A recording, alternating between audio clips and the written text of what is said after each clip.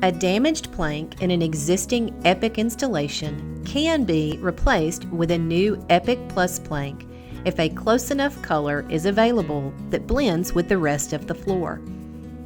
Keep in mind that EPIC and EPIC Plus are natural products, and thus color variation and color change over time are normal. Therefore, an exact match should not be expected. The customer should approve the new board prior to installation.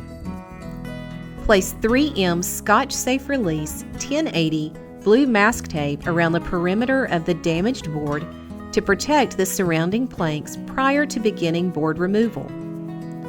Draw 2 parallel lines along the length of the damaged board, an inch or so from the edge.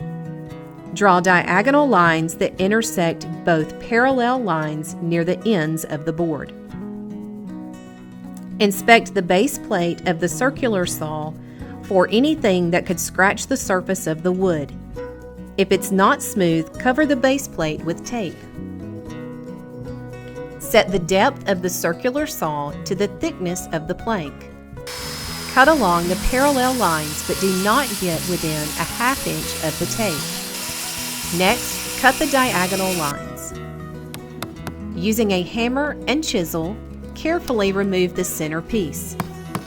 Then, finish the cut lines to the edge of the plank and remove the rest of the board. Be careful not to damage the adjacent boards. Once the damaged plank is completely removed, make sure the opening is free of any debris.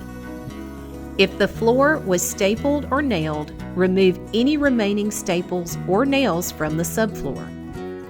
If the floor was glued down, scrape the adhesive residue from the floor. Next, remove both exposed tongues at the perimeter of the opening. Make several passes with a utility knife, first scoring, then cutting into the top inside corner of the tongue. The new EPIC Plus board must be prepared prior to installation. Remove the bottom portion of the grooves and both tongues with a table saw. The new plank should be dry fitted to verify size. If the board must be cut to length, cut off the tongue end. Turn the board so the top of the groove on the new board overlaps the bottom of the groove on the installed board. If the plank was previously stapled or nailed down, use a wood epoxy to glue the new plank to the surrounding boards and to the floor. Run a continuous bead of epoxy in the grooves of the old EPIC and around the inside perimeter of the opening.